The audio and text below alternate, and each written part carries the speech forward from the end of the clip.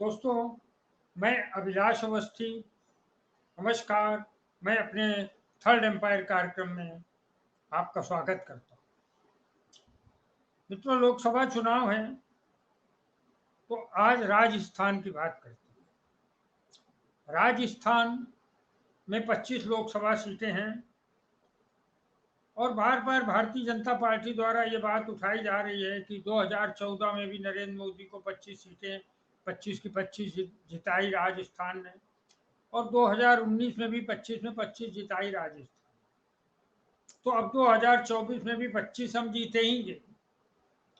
लेकिन ये, जैसा कि भारतीय जनता पार्टी का रहता है कि कुछ भी कहते रहो, 400 पार कहते कहते अभी बोल देंगे चार 543 सीटें हैं, लोग बोल देंगे कहो थोड़े दिन बाद की अब की बार 800 पार।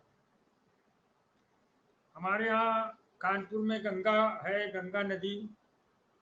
अभी क्या बताएं, हम लोग जिसके दिन बुरे आते थे उसको बोलते थे अभी गंगा पार, क्योंकि गंगा पार जो है में शव जलाए जाते थे। यहाँ श्मशान था, तो कहीं ऐसा ना हो कि कहा जाए अब की बार गंगा पार। ऐसे हमारे एक मित्र ने बोला, कानपुर के ही। तो खैर, राजस्थान की एक खूबी है कि वो विधानसभा में एक बार कांग्रेस को जिताता है, एक बार भाजपा को, फिर कांग्रेस को जिताता है, फिर भाजपा। इसमें कोई वो कंजूसी नहीं चल रही है। 2014 में भले 25 में 25 सीटें दिला दी थी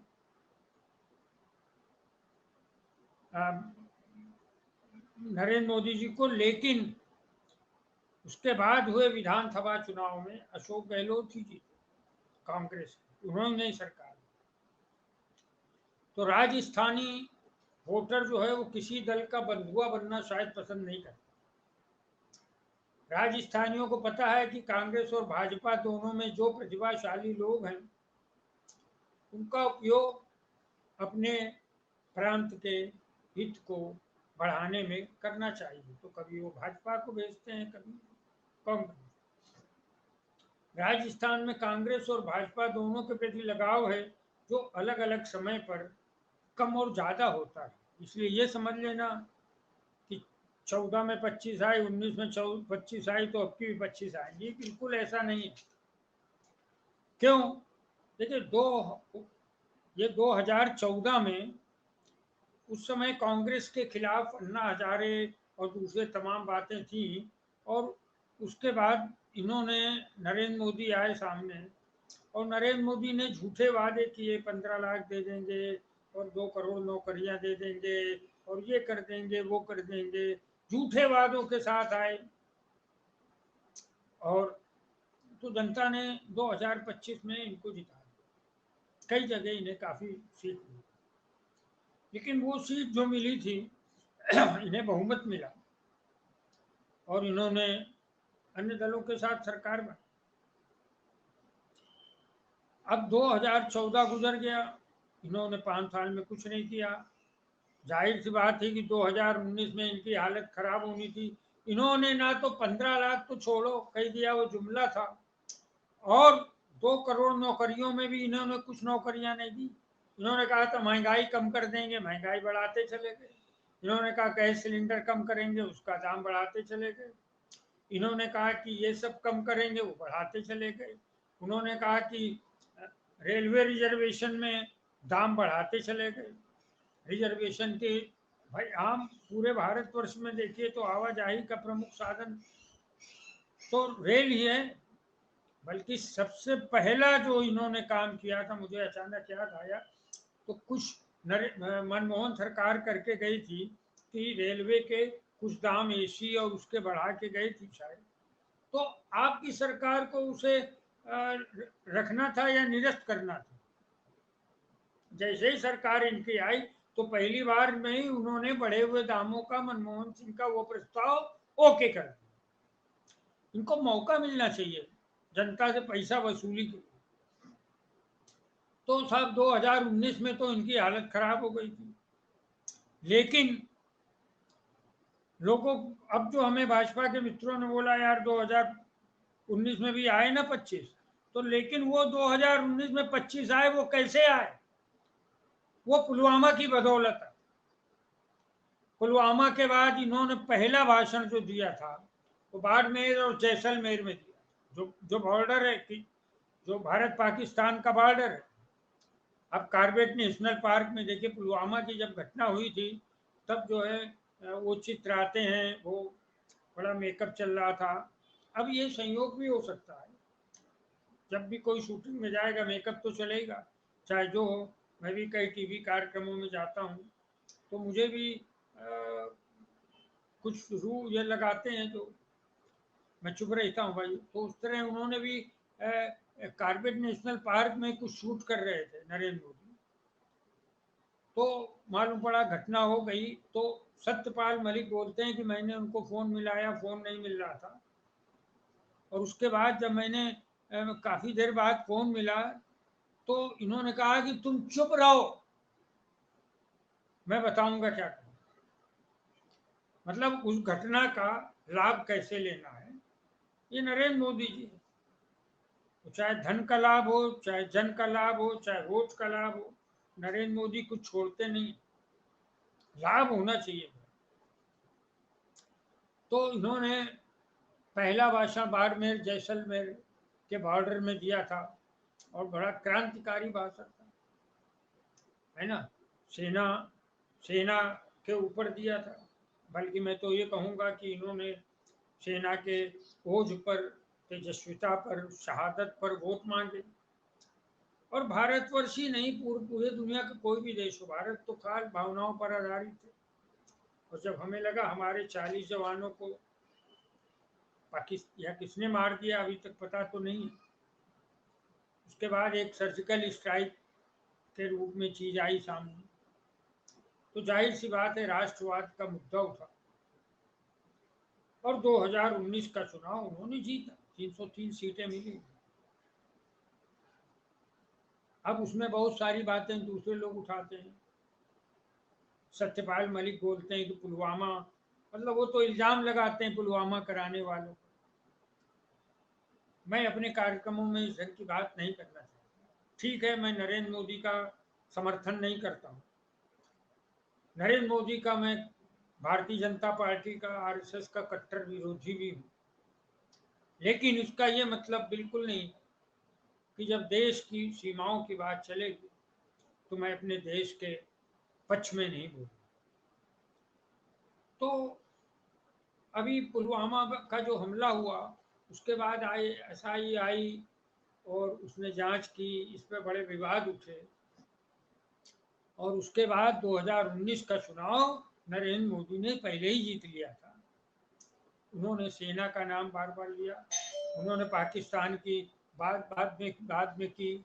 और इस ढंग से वे सेना से प्रभावित रहा ये चुनाव, और सेना से प्रभावित इस चुनाव को नरेंद्र मोदी को जीतने में कोई परेशानी नहीं। 2024 में एक चीज और होने वाली है, मैं आपको बोल रहा हूं कि 2024 में कुछ बात अलग है। 2024 में गहलोत की सभी स्कीमें बंद कर दी। एक तो गहलोत ने भी गलती की, अपने जो गहलोत चुनाव हारे हैं, एक तो प्रकृति है वहां की, ट्रेडिशन है उनका कि वो एक बार भाजपा जिताएंगे, एक बार कांग्रेस जिताएंगे। लेकिन पिछली विधानसभा में गहलोत की स्थिति अच्छी थी, मगर गहलोत और कमलनाथ दोनों की जिद जो है वो काफी बड़ी रही है। जबरदस्ती ही ये दोनों मुख्यमंत्री बने थे, राहुल के ना चाहते हुए भी। और बाद में उनको दोनों को क्या हुआ, कमलनाथ ने तो शायद आज ज्वाइन भी कर लिया है, और अशोक गहलोत बचे हैं जो शायद बहुत जल्दी, अब वो क्या निर्णय लेंगे वो जाने। लेकिन अभी एक राजस्थान के विषय में बात हुई है कि राजस्थान में सोनिया गांधी चली गई हैं राज्यसभा की, मतलब सदस्य बन के, सांसद बन के। यानी राजस्थान से जो जो वहां से लड़ती थी रायबरेली से, उनके परिवार में सांसद हुए, सब बहुत लोग सांसद हुए, 3 प्रधानमंत्री हुए। तो 3 प्रधानमंत्रियों वाले परिवार में उनको वो रायबरेली से इसलिए आई क्योंकि स्वास्थ्य उनका साथ नहीं दे रहा था। अब वो इलेक्शन लड़ने की स्थिति में नहीं है। इलेक्शन लड़ने का मतलब आपको मैंने देखा है सोनिया गांधी को गली कूचों में जाते हुए, छोटी छोटी जगहों में जाना, छोटे छोटे लोगों से बात करना। मैंने रायबरेली में उनके चुनाव में रहा हूँ, क्योंकि अब वो नहीं कर सकती, 75 वर्ष से अधिक उनकी अवस्था है। तो मौजूदा परिस्थितियों में उन्होंने राजस्थान से राज्यसभा जाना पसंद किया।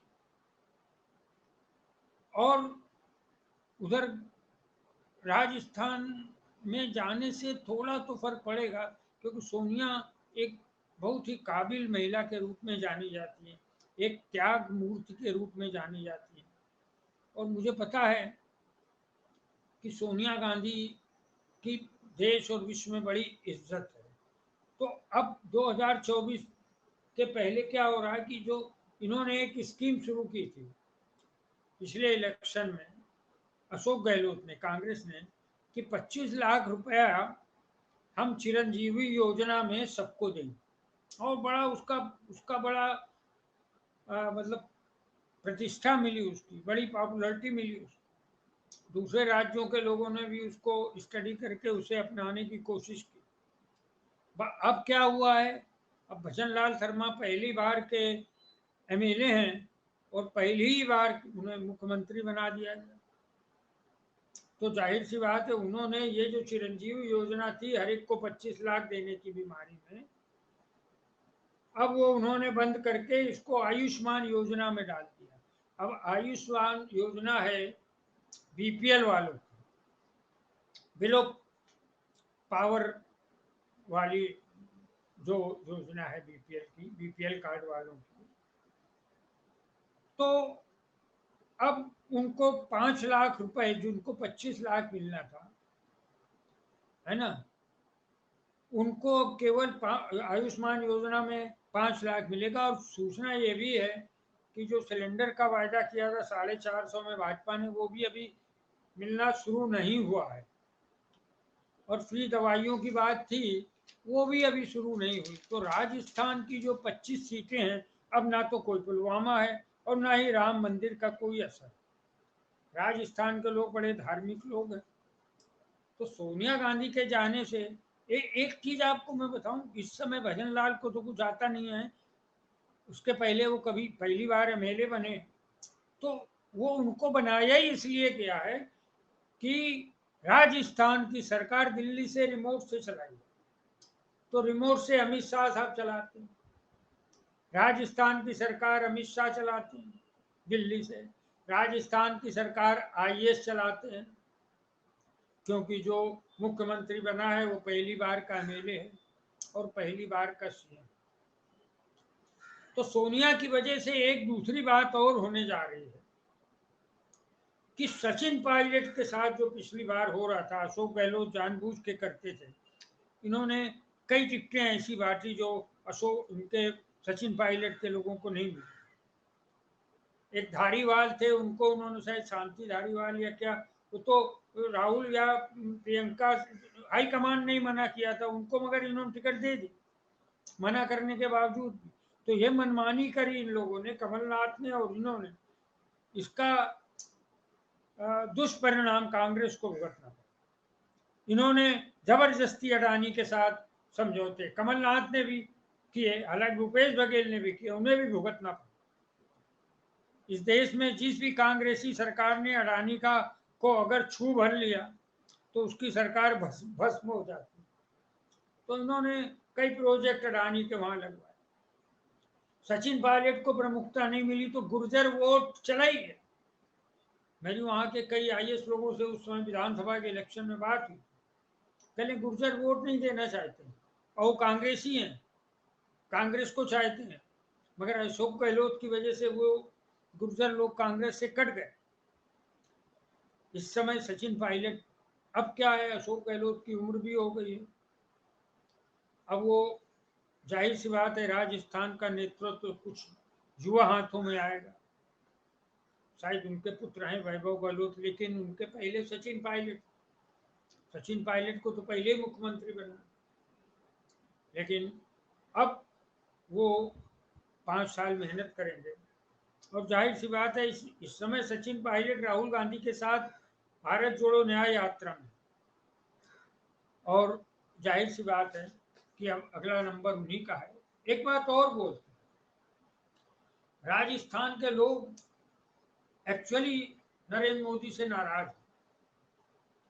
क्यों नाराज है, उसका बहुत सीधा सा कारण, हम लोग जब जन्म लिए, हम लोगों ने जब आंखें खोली, आंखें खोलकर जो समाज को देखा, जब राजनीति को देखा, हमने जब देश को देखा, तो हमने देखा कि सारे जो बड़े उद्योगपति हैं वो सब राजस्थान के। मैं तो कानपुर से आता हूँ, सिंघानिया लोग, पूरा शहर उन्होंने बसाया है, ग्रीन पार्क स्टेडियम उनका, कमला क्लब उनका, जेके मंदिर उनका, मतलब शहर के विकास करने में वो सिंघानिया परिवार का बड़ा हाथ है। अक्षय सिंघानिया जो हैं वो मेरे मुंबई में बड़े अच्छे मित्र भी हैं, और वहाँ पर वो रोजगार भी देते हैं। वहाँ सीमेंट का उन्होंने रखा है, कि अभिषेक सिंघानिया से भी मेरी बात हुई। तो कई चीजें हैं जो उस परिवार ने वहाँ पर रोजगार दिए लोगों को, और पूरे शहर को बसाया। ऐसे ही तमाम लोग हैं। मैं बम्बई में देखता हूँ तो बम्बई में तमाम हॉस्पिटल्स जो राजस्थानियों ने बनाए। इस देश में जितने भी धर्मशाले हैं, मैंने गणना की थी जब मैं धार्मिक पत्रिका में था, तो मैंने देखा कि जितने धर्मशाले हैं, जितनी सराय हैं, वो सब राजस्थानियों ने बनाए हैं। राजस्थानी चैरिटी करते हैं। वो अगर 100 रुपया 1000 कमाते हैं तो 10, 20, 25 वो उनका परसेंटेज वो जाने, लेकिन वो लोग करते हैं ना। अब जेके कैंसर है वहां पर कानपुर में, तो जेके का मतलब जुक्कीलाल कमलापत, उन लोगों ने बनाया जुक्कीलाल कमलापत सिंघानिया। उसी तरह मैं बंबई में देखता हूँ, बॉम्बे हॉस्पिटल बिरला ने बनवाया, बहुत सारी चीजें बिरला ने बनाई। कितने धर्मशाले बिरला के हैं, कितने अनाथ आश्रम बिरला के। तो मेरा ये कहने का मतलब है राजस्थान के विषय में कि राजस्थान वाले उद्योगों में प्रथम थे और चैरिटी में प्रथम थे, लेकिन नरेंद्र मोदी ने उद्योग में राजस्थानियों को सेकंड नंबर कर दिया और गुजरातियों को फर्स्ट कर दिया। जाहिर सी बात है गुजरात के हैं, आप उठा के देखिए। महाराष्ट्र से सारे उद्योग चले गए, कपड़ा बाजार चला गया, हीरा बाजार चला गया, सब वो चला गया, फैक्सकॉन चला गया, वेदांता चला गया, सब तो चले गए गुजरात में। अब शेयर मार्केट भी जा रहा है। अभी तो फिल्म फेयर का उन्होंने कार्यक्रम भी गुजरात, फिल्म फेयर जो एक सांस्कृतिक कार्यक्रम है उसको भी गुजरात भेज दिया। तो नरेंद्र मोदी गुजरात को प्रमुखता देते हैं, ठीक है दीजिए। राजस्थान के उद्योगपतियों को आपने सेकंड नंबर पे खड़ा कर दिया और गुजरात के उद्योगपतियों को प्रथम रखा। और एक डिफरेंस जो मैंने भी बताने की कोशिश की कि गुजरात के लोग जो हैं चैरिटी जो करते हैं वो नहीं करते।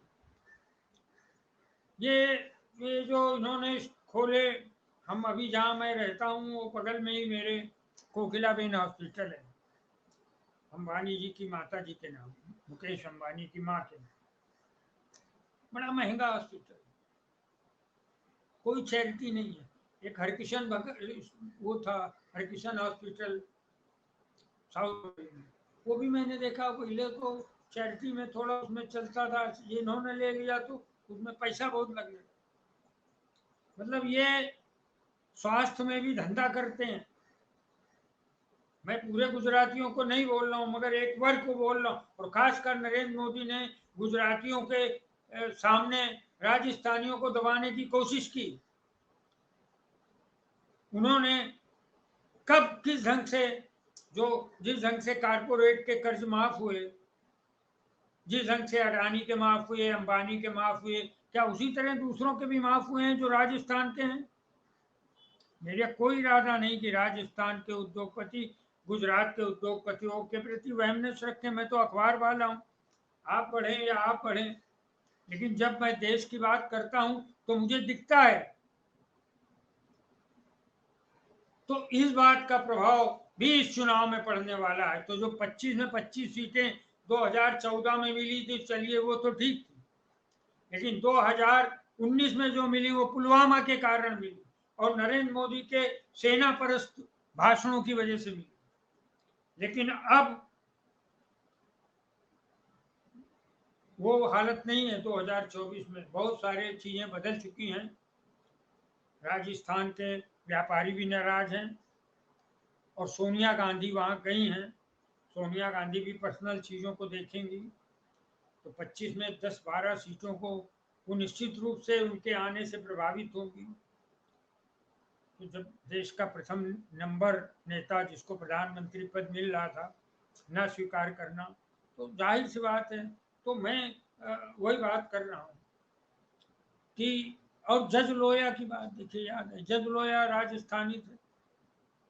जज लोया का मर्डर हुआ था नागपुर में, बड़ा विवादास्पद है। अक्सर राजस्थानी मेरे मित्र हैं, कान में फुसफुसाते हैं जज लोया के विषय में। तो ये सारी चीजें हैं।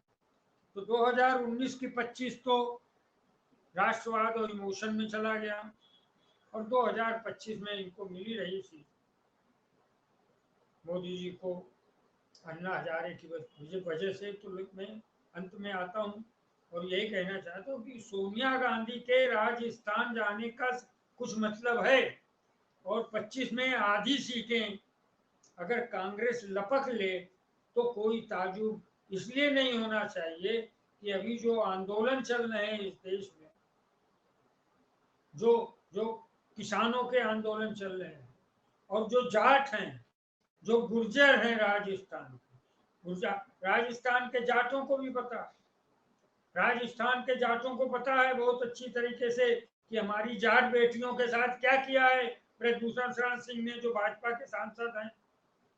उनकी भी अस्मिता है, वहां की भी पंचायतें हैं, जाटों की पंचायतें हैं राजस्थान में, गुर्जरों की पंचायतें हैं राजस्थान में, उनको पता है। वहां शेड्यूल कास्ट और शेड्यूल ट्राइब भी वहां है, आदिवासी भी वहां पर हैं।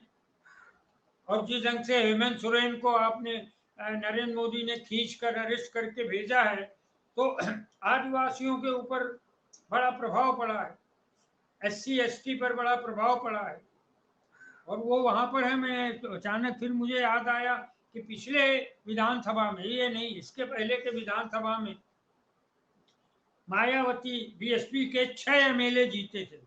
सिद्ध होता है कि शेड्यूल कास्ट, शेड्यूल ट्राइब और आदिवासी हैं वहां पर।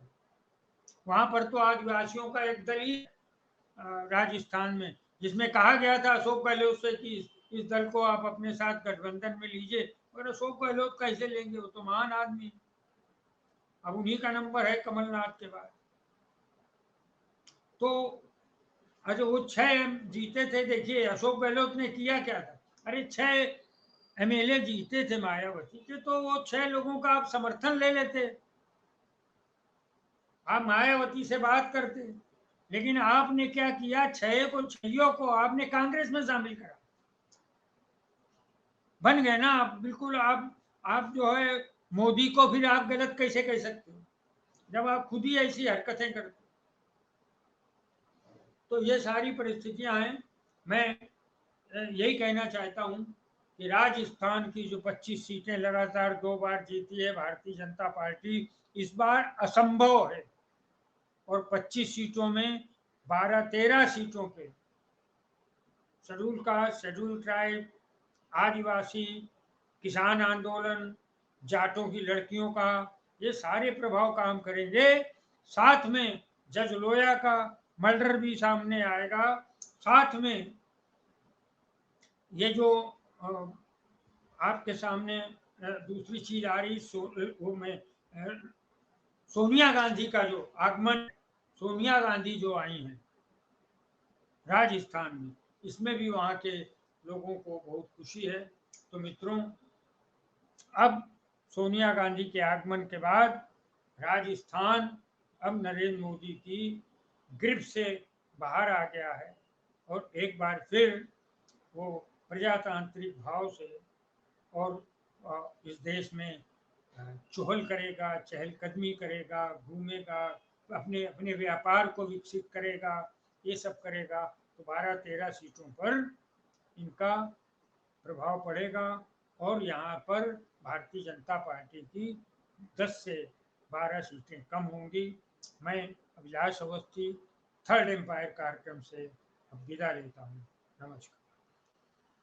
और आप हमसे जुड़े रहने के लिए सब्सक्राइब करें YouTube पर, फॉलो करें Twitter पर और लाइक करें Facebook पर। और ज्यादा जानकारी के लिए आपको टाइप करना होगा सिर्फ न्यूज नशा।